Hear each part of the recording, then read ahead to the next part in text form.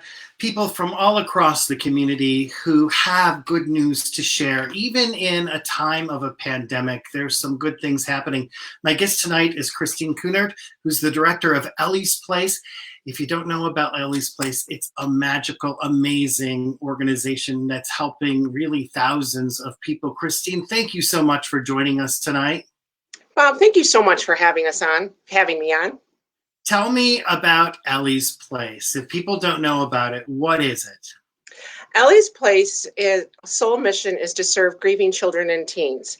And we are a nonprofit. Our families come to us. They don't have to worry about how to pay for a grief service, and it's peer-to-peer support. So it's children answering the children's questions as they process their grief. We find that our kids often don't want to talk to parent and guardians because, they don't want to see their parent or guardian cry. They don't want to upset them. But when they go to Ellie's Place, they are together and they have this opportunity to process their grief together. And so it could be grieving for a parent or a child or a sibling or an aunt or an uncle. Aunt, uncle, teacher, parent, sibling.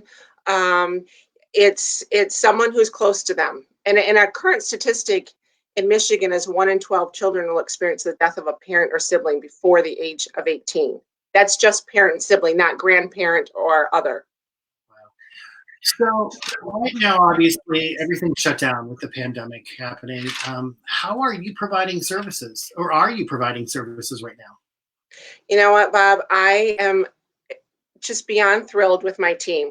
We have quickly, like we all have, had to readjust, close the center. The program team are rock stars. They are out there reaching out every week and giving the families a project to do at home to process their grief.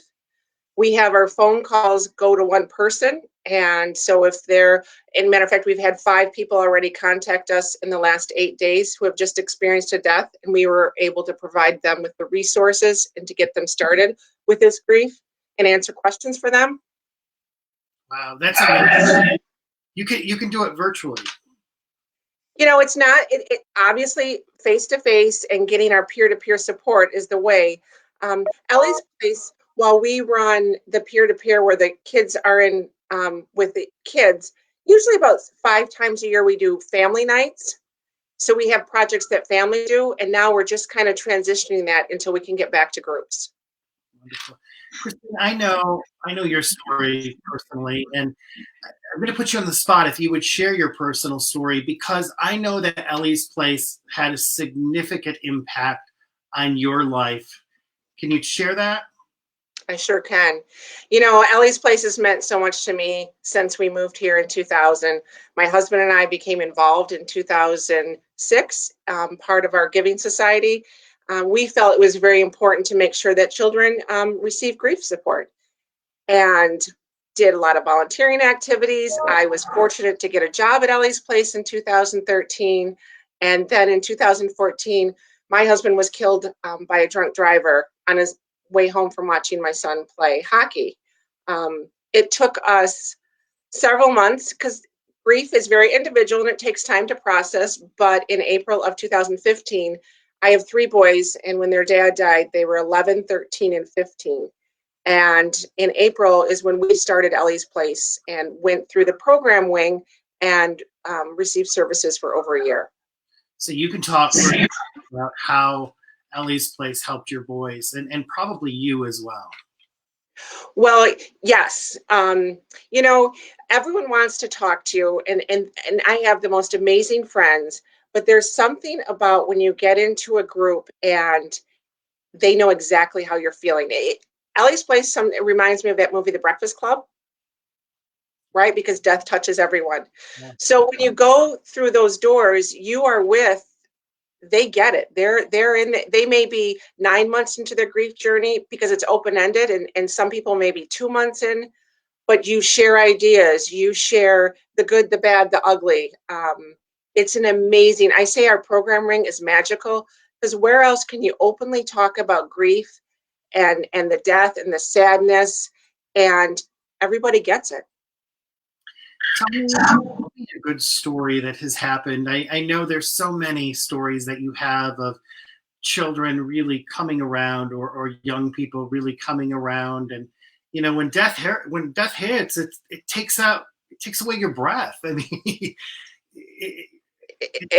it's a sucker punch that you never even, until you go through it, realize what it's like. I could go on about stories. I think one of my favorite is because it really speaks to what the magic in Ellie's Place. And we had a young girl a few years ago whose brother died, and she was in group, upper elementary group, and she wanted to know if she was still a big sister. And what happens at Ellie's Place is the children answer the children's question, and they're in a circle. And so one by one, these kiddos, well, my dad's my dad, my grandpa's my grandpa, and one by one, and there's usually 10 to 12 kids in there, they answer the question. And when it came back to her, she looked and she said, you know what? I'm still a big sister. That's who she is in her family. And that's a very important question. And if she didn't have Ellie's Place, that's gonna be eating at her. And she found some peace. That is, I could go on about stories that it's magical. Another testament I think about Ellie's Place is often, I think we have maybe 15 this year. Our facilitators are people that work with our kiddos. We have 3 to 4 to every room. We have 15 right now that are former families or participants of group that now work with kiddos, including my oldest son, which is pretty neat to see him evolve and now help. Kristine, people are going to be watching this tonight and thinking, what can I do to learn more or help out or be involved? And I'm sure there's different things that people can do. Can you talk about that real quick? One thing, please go to if you're on Facebook, go on our Facebook page and follow us. We are posting something every day, activities, resources. This grief and what's happening with this pandemic, the anxiety, a lot of it's the same because you're going breath by breath or hour by hour, and it changes. We have a lot of great resources. Obviously, you're going to know somebody. So help reach out to people. If someone needs help, encourage them to call us. And we're gonna share your website online. Is there a telephone number that you'd like to share as well? 517-482-1315. And you are the Capital Region. So what does that mean? What counties do you serve? We serve, well, we still have people who drive probably as far as Jackson is north and above of St. John's. We have a site in Grand Rapids and Flint and Ann Arbor. So we're kind of sandwiched between all of them. Well, I'm so thankful for Ellie's Place. And thank you, Kristine, for joining us tonight to take time out. You definitely are needed in a service, and we're so thankful for you. So thank you to all the volunteers who really change lives. They change lives. Everyone sometimes will look at me funny when I say our program wing's magical because we're talking about death and grief, but our program wing is magical. We help change lives. All right. Thank you. Thank you.